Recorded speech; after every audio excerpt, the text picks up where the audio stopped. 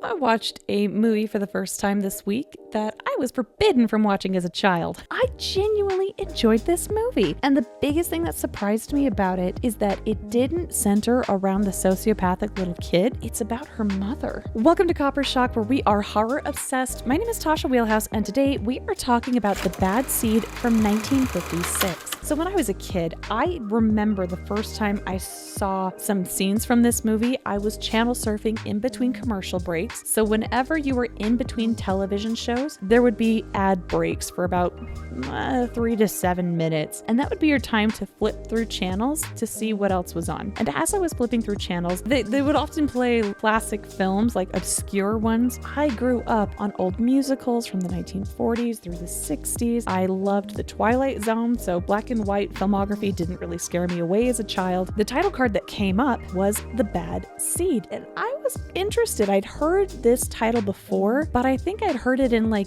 passing from my parents saying, "Oh, that's a weird, creepy movie about a creepy kid." So I started watching it at 9 years old, which my parents weren't too fond of.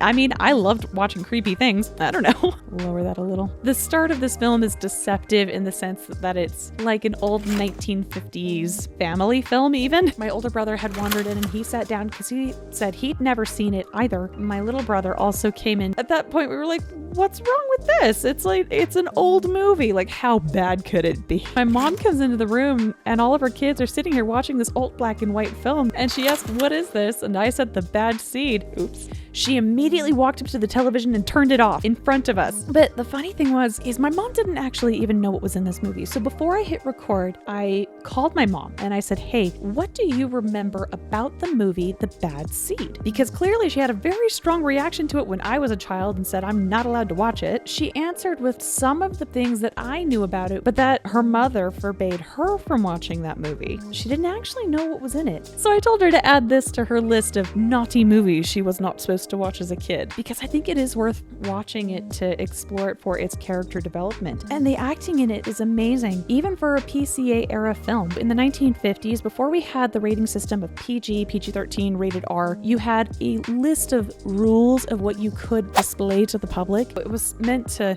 keep public entertainment reasonably clean, but even for a PCA film, there are major heavy things and themes inside of this movie. The biggest shocking thing about this movie, most of it isn't from this sociopathic girl's perspective. In fact, much of the character development is centered around her mother, Christine. So the two main characters that we really spend our time with are the mother, Christine, and her little girl, Rhoda. Rhoda is bright blonde, blue eyes, freshly pressed dress, very mild-mannered. In fact, she's so loved by many of the adults around her that the landlady of the apartment that they rent has gifted her this jewelry piece that has a gemstone in it that the landlady paid to change out the gemstone so it matches her birthday. Rhoda is very grateful. She seems very sweet. It's like a, oh, you kind of reaction. Well, gee willikers, mommy, I don't know about that. That level of saccharine, okay, was coming from this little girl and how she behaved. Let's center on the mom for a second. Christine has a beautiful life. She lives in this lavish apartment. Her husband is handsome. He's well ranked in the military. He's going to work in DC for a number of weeks. He's just been called out. So it's just mom, who's Christine, and Rhoda at this apartment. There's an inciting incident where Rhoda at a school picnic has a classmate that drowns at the pond near where the picnic was happening. And as you can imagine, Christine is beside herself. She is shocked that a child has died, let alone a child that her own daughter knew. And it was so tragic that they sent all the children home before they could have the picnic lunch. And when she sees her daughter come home from this picnic, she makes sure to sit her down and ask her if she's okay and how is she processing these feelings.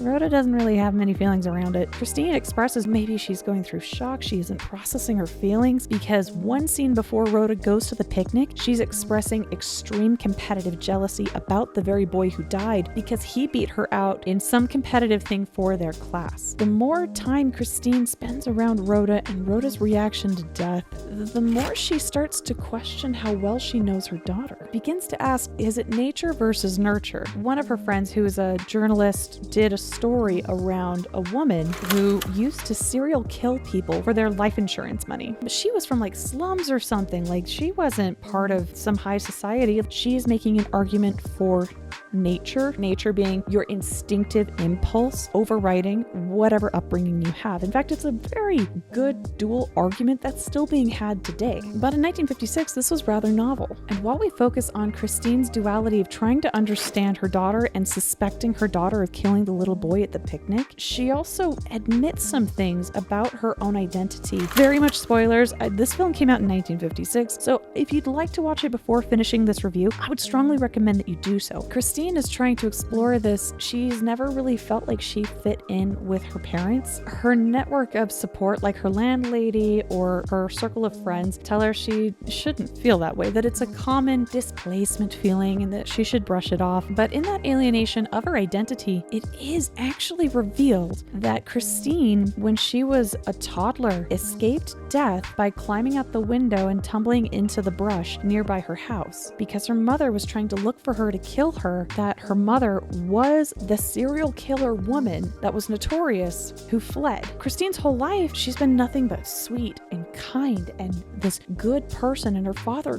really tries to reassure Christine of that as she discovers that her origin is a descendant of this horrific monster of a person. And she begins to grieve because she feels this cascading guilt that maybe she has passed on psychological traits from her sociopathic mother to her daughter, which makes all of these deaths somehow her fault for giving her those traits. It's a really hard thing to watch.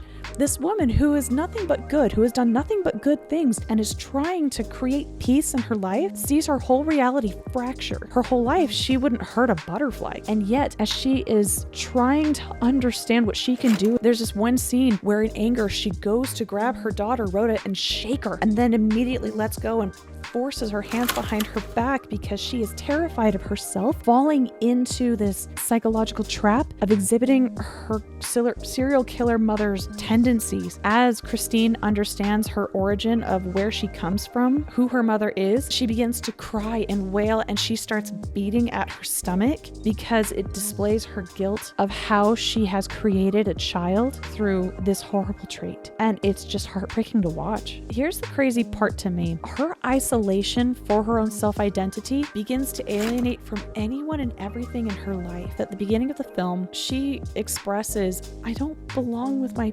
parents. But when she understands that, oh, she's actually not connected to her parents, that she's connected to this insane serial killer woman as a descendant of that person. And then she looks at her child and she realizes more and more that this is a child that doesn't mind violent actions as a means to an end, which is completely antithetical to her need and appreciation of life around her. She's got nothing in common with her kid. And so she's disassociating with her own flesh and blood. She's disassociating with her own network of support, which is her parents, and her husband is far away at work. So she herself is becoming more and more alone. In that loneliness and that want to protect other people, she confronts her child, asking her if she killed someone that was under suspicion that happened to fall down the stairs.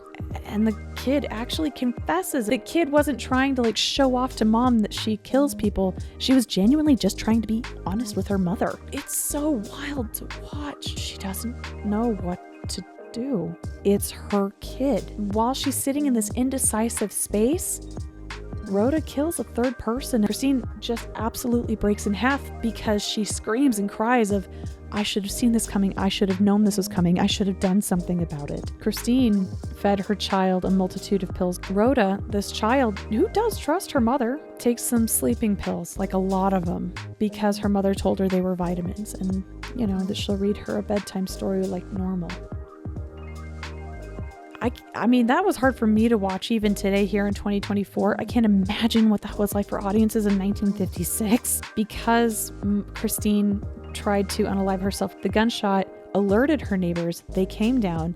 They saw Rhoda. Rhoda's stomach got pumped. She lives just fine. And according to the book, Christine is dead. Because the PCA couldn't have that, they actually made it so that Christine does live through it all. And Rhoda is struck by lightning and killed. The ending feels weirdly misplaced. And then they do this outro of all the characters doing a cutesy, like, thanks for coming to the movie. And the actress who plays Christine takes the actress who played Rhoda and starts spanking her playfully for her naughty misdeeds, trying to like make it lighter. And it's weird. And it's not part of the original script. It's not part of the original book, but the PCA had that in there to give it some levity after such a heavy ending. But that is how the story ends. So within this film, one of the themes I picked up on is pretty privilege. No one is suspecting this child who was blue-eyed and blonde and really well put together. Every time people look at Rhoda, they'll compliment her, they'll play with her hair. No one is suspecting her of foul play, like at all. In fact, the only person that does suspect her of being any kind of bad apple is this really creepy groundskeeper guy. But even then, he was just teasing because he just didn't like her. They just rubbed each other the wrong way. But he was teasing her about how he's convinced she was the person who killed the little boy at the picnic. But he pushes her so much in this conversation to a point where Rhoda actually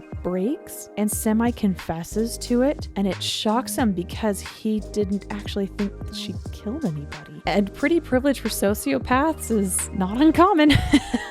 In fact, it's easy to look the other way when someone's easy to look at. That's one of the reasons Ted Bundy had the following he did, is because he was a monster, but he was a handsome guy. Even Lizzie Borden. Lizzie Borden was a woman in the 1800s who was known for killing her father and her stepmother. Her trial ended with her as not guilty, but she had pretty privilege in the sense that she was high class. One of the things that made her trial so much of a political powder keg is because her family was really wealthy. People could not understand why something so horrific and criminal happened a few doors away from a doctor. I think she was near like the center of town. How could no one hear two people literally being whacked in the face? How could that happen in broad daylight? It couldn't possibly be Lizzie because she was this high class person. And that classism does spill into the themes of The Bad Seed when she's beginning to explore and grapple with this idea that maybe her daughter is violent before she understands what her origins are. She's also trying to make the argument that because they are an upper class family, that there's absolutely no way that her daughter would just pick up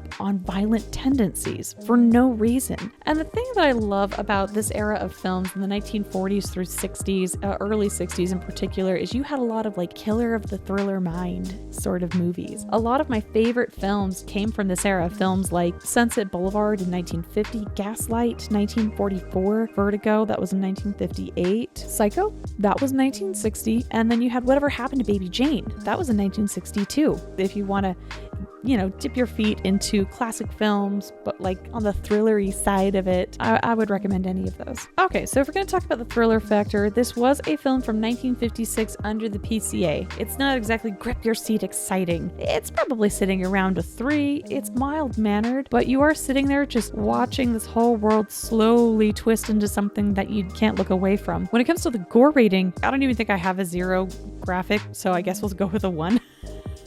Because every killing that happens in this movie is 100% off screen. You just hear about it, and I think that's part of the mystery that comes up, is Christine, the mother, piecing together facts of these stories that she's hearing about Rhoda's whereabouts. And I think that's actually a decent way of leaning into the murder mystery of it. So I appreciated that quite a bit. The storytelling, gosh, I have not been able to stop thinking about this movie's plotline and the character interactions and the way that Christine as a character develops herself into this madness of her whole reality. And I'm going to give this a 10. This is a classic film for a reason. 10 out of 10 for storytelling. Production value, it was 1956. It's not like it was a big, expensive, splashy film like Ben-Hur, but I'd say they told the story in the methods in which made it appropriate and feel like a decent set. So sure, let's give it a 7 out of 10. The special effects. There's only one special effect I can think of, and it's the one that I was just not impressed with. But that's only because the PCA tacked it on at the end on purpose. And it's the one where Rhoda gets struck by lightning. It's just so bombastic and big. It's laughable. And they had this animated lightning strike and then this big explosion at the end of the dock where she murdered her classmate. Let's say special effects is 3 out of 10. I don't have to be generous. This is completely subjective. I watched this off of watching Tubi. They're not paying me to say that. I just genuinely use the app and that's how I watched this film. So maybe go check it out there, see if they've still got the licensing rights. They've got a pretty good selection of films for the minimal ad breaks that they do. In any case, thank you guys so much for joining me on this review of The Bad Seed. I'm going to take the next week to do research about this background, the book translated into a play and then into a movie. See if I can find any really interesting factoids about this film that I can bring back to you next week. And in the meantime, I'll see you soon. Bye.